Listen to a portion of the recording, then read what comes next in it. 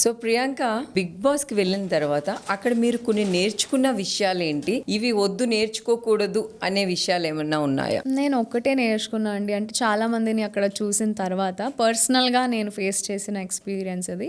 నా మమ్మీ నాకు చిన్నప్పటి నుంచి అన్ని నేర్పించింది. అంటే my mom is a mehndi artist and beautician.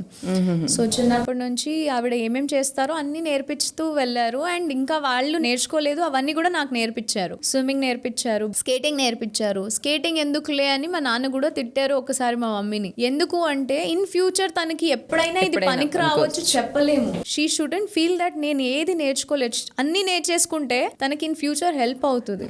So ఇప్పుడు యాజ్ అన్ ఆర్టిస్ట్ నాకు అన్ని నేర్పించాకే కాబట్టి I'm standing on my own. And Bigg Boss లో కూడా అన్ని రోజులు నేను ఉండగలిగాను, టాప్ 5 లో ఉండగలిగాను. సో అన్ని నేర్పించేసరికి ఐ వాజ్ వెరీ హ్యాపీ.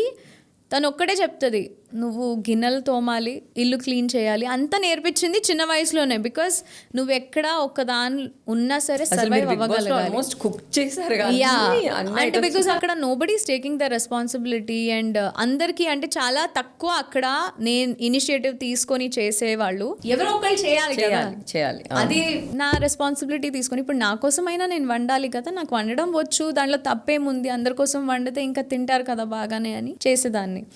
ఒక్కటే, మీరు లైఫ్లో అన్నీ నేర్చుకోండి, అబ్బాయి అయినా అమ్మాయి అయినా. యాక్చువల్లీ చాలామంది ఇంట్లో చూశాను, అబ్బాయిల్ని ఒకలాగా ట్రీట్ చేస్తారు, అరే నువ్వు కూర్చోతాను ఇల్లు ఉడుస్తుంది అని. సో ఇది ఈక్వల్గా మన లైఫ్ని ఈక్వల్గా ఉంచితేనే మీ పార్ట్నర్స్ కూడా బెటర్గా ఫీల్ అవుతారు. ఇప్పుడున్న independent women also nobody will like this. మీరు చేయండి, తను కూడా చేస్తుంది. Divide the work equally, problem లేదు. బేసిక్గా ఒక పర్సన్ మన లైఫ్ పార్ట్నర్ అవ్వాలి అంటే ఎలాంటి క్వాలిటీస్ ఉండాలి? శివ్ లాంటి క్వాలిటీస్ ఉండాలి.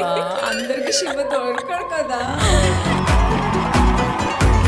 సో శివ్, అందుకే శివ్ గురించి చాలా చెప్తున్నా. సో దట్ శివ్ లాంటి క్వాలిటీస్ ఉన్న అబ్బాయిలు మీకు ఎక్కడైనా కనిపిస్తే క్వాలిటీస్, బెస్ట్ క్వాలిటీస్ చెప్పండి శివలో. అంటే నేను అప్పుడప్పుడు లేజీ అయిపోతా, అసలు ఎందుకులే అని. But he's super dedicated. అంటే ఫ్యూచర్ గురించి ఎప్పుడూ ఆలోచిస్తూ ఉంటాడు.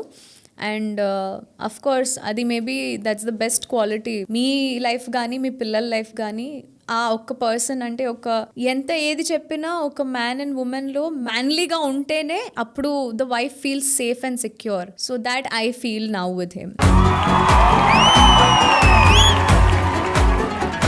నేను ఏది చేసినా ఏది చేయకపోయినా he's there to take care of me అనేది ఒకటి ఉంటది కదా. బట్ అఫ్ కోర్స్ ఒక ధైర్యం అనేది కావాలి. దానికోసం ఆ పర్సన్ లో డెడికేషన్ ఉండాలి. Second, you should be very sweet. అంటే అమ్మాయిలకి తెలుసు కదా,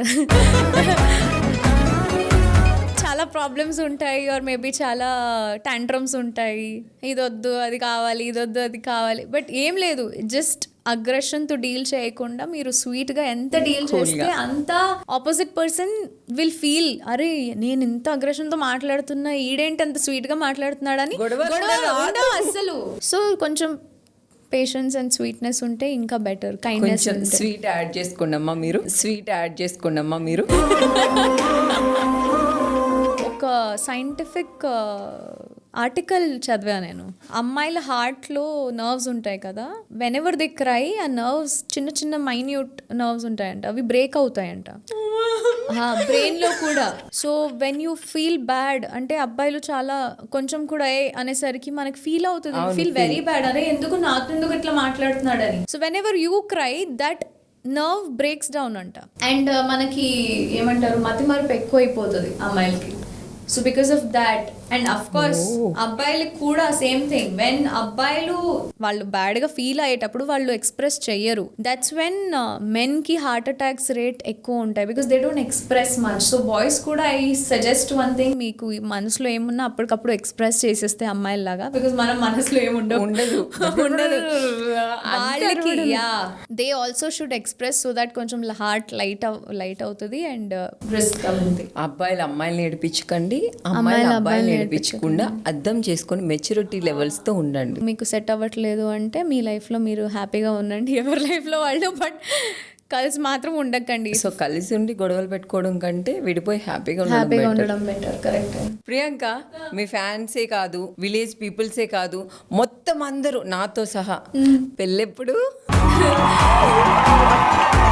సో 2026లో పెళ్లి చేసుకోబోతున్నాము. సో అది ఎప్పుడు ఏంటి అనేది త్వరలోనే అందరికీ తెలిసిపోతుంది. అఫ్ కోర్స్ కావాలంటే మేబీ చూస్తున్నాము, ఈ ఇయర్ పాసిబుల్ అయితే చూద్దాము అని. పప్పన్నం తింటా, పప్పన్నం తింటా. అమ్మ నా డ్రెస్ రెడీ చేయండి. మీరు ఇప్పుడే రెడీ అయినట్టు కూర్చున్నారు కదా రిసెప్షన్కి. లేదు లేదు, అప్పుడు మా శివ్ ఇంకా మా ప్రియాంక పెళ్ళంటే బ్యాండ్ బాజా యా బట్ ఒక్కటైతే చెప్తాను, దట్ మా పెళ్ళి మామూలుగా ఉండదా, డిఫరెంట్గా ఉంటుంది. శివు ప్రియాంక పెళ్ళి నీ అవ్వ చాలా మంచి విషయం చెప్పావు ప్రియాంక. నాకు ఎంత హ్యాపీగా ఉందో అసలు. మీ రీల్స్ చూసినా, మీ యూట్యూబ్స్ చూసినా, మిమ్మల్ని ఇద్దరిని ఎక్కడ చూసినా ఇట్లానే చూడాలనిపిస్తుంది. ఇద్దరు క్యూట్ గానే ఉంటారు.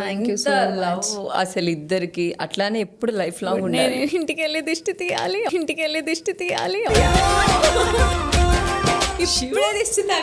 ఎంత దిష్టి తగిలేసింది. శివ ఇప్పుడు ప్రస్తుతానికి వాడు షూట్ లొకేషన్ లో ఉన్నాడు. నేను వెంటనే వెళ్ళి ఇట్లా మిరపకాయలతో దిష్టి తీసిరా. సర్లే, ఇప్పుడు మీరు అంతా ఫీల్ అవుతున్నారు, అంతా అబ్బా శివ పేరు చెప్పగానే ఇట్లా బ్లష్ అయిపోతున్నారు. ఇప్పుడు వరకు డల్గా ఉంది ఫేస్, ఇప్పుడు ఇట్లా మెరుస్తుంది.